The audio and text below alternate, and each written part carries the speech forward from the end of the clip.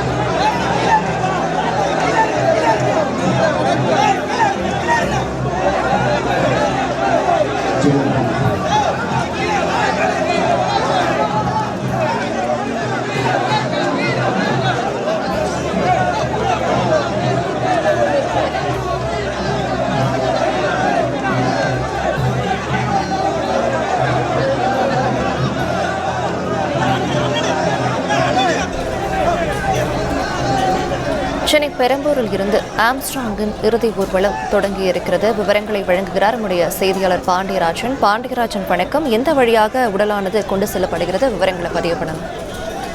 பகுஜன் சமாஜ் கட்சியினுடைய மாநில தலைவர் ஆம்ஸ்ட்ராங் முன்தினம் வெட்டி கொடுக்கலை செய்யப்பட்டால் அவருடைய உடல் பெரம்பூரில் இருக்கக்கூடிய பள்ளி மைதானத்தில் பங்கர் மைதானத்தில் வைக்கப்பட்டு இறுதியஞ்சலிக்காக வைக்கப்பட்டிருந்தது. இன்று காலையில் இருந்து கட்சி நிர்வாகிகள், பொதுமக்கள் மற்றும் அப்பகுதியினர் என பல்லாயிரக்கணக்கானோர் அவருடைய உடலுக்கு அஞ்சலி செலுத்தினர்.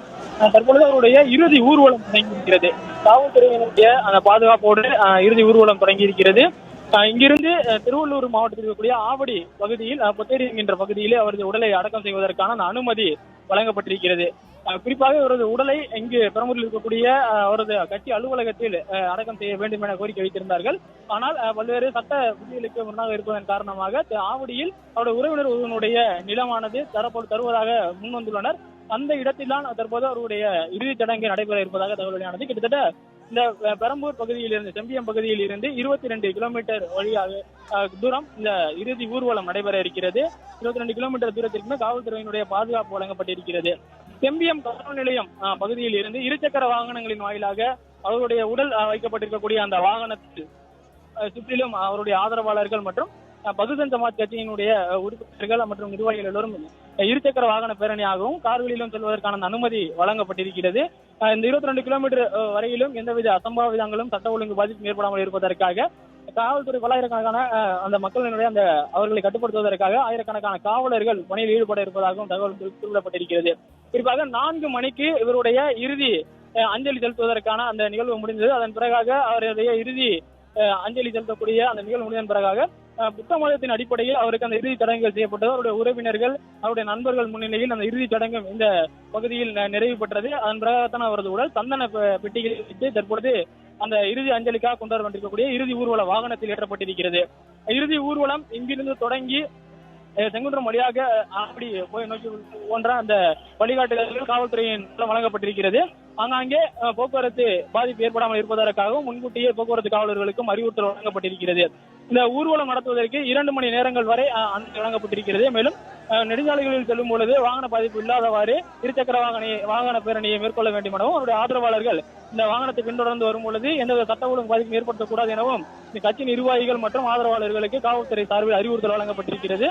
கிட்டத்தட்ட இந்த 2 நாட்களாக அவருடைய உடல் ஒரு நாள் மருத்துவமனையில் வைக்கப்பட்டிருந்தது.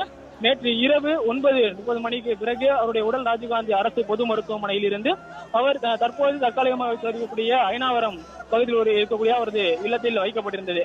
இன்று அதிகாலை 4 மணி அளவில் அயனாவரம் பகுதியில் இருந்து எடுத்து வரப்பட்டு பங்கர் கார்டன் அரசு பள்ளியில், அதாவது பெரம்பூர் செம்பியம் பகுதியில் இருக்கக்கூடிய பங்கர் கார்டன் பள்ளி மைதானத்தில் வைக்கப்பட்டிருந்தது. அதன் பிறகாக பல்வேறு அரசியல் கட்சி தலைவர்கள் சீமான், தமிழிசை சவுந்தரராஜன் மற்றும் சினிமா பிரபலங்களான ரஞ்சித், ஆதி செல்வராஜ் ஆகியோருடைய அஞ்சலி செலுத்தப்பட்டது. அந்த அஞ்சலிக்கு செலுத்தப்பட்டதன் பிறகாக தற்பொழுது அவருடைய ஆதரவாளர்கள், இப்பகுதியில் இருக்கக்கூடிய பகுதிவாசிகள், பொதுமக்கள் என ஆயிரக்கணக்கானோர் அவருடைய உடலுக்கு அஞ்சலி செலுத்தினர். புத்த மதப்படி அவருக்கான இறுதி சடங்கு இங்கு நடைபெற்றது. அதன் பிறகாக அவருடைய உடல் தற்போது இறுதி ஊர்வல வாகனத்தில் ஏற்றப்பட்டு அவருடைய ஆதரவாளர்கள் கொண்டு செல்லப்படுகிறது.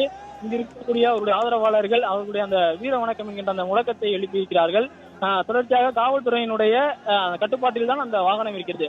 அந்த வாகனத்தை சுற்றிலும் காவல்துறையினர் 4 பக்கங்களிலும் கயிறுகளை கையில் பிடித்துக் கொண்டு அந்த வாகனத்திற்கான பாதுகாப்பை வழங்கி வருகிறார்கள். அவருடைய ஆதரவாளர்களுடன் தற்பொழுது அவருடைய இறுதி ஊர்வலம் தொடங்கி இருக்கிறது.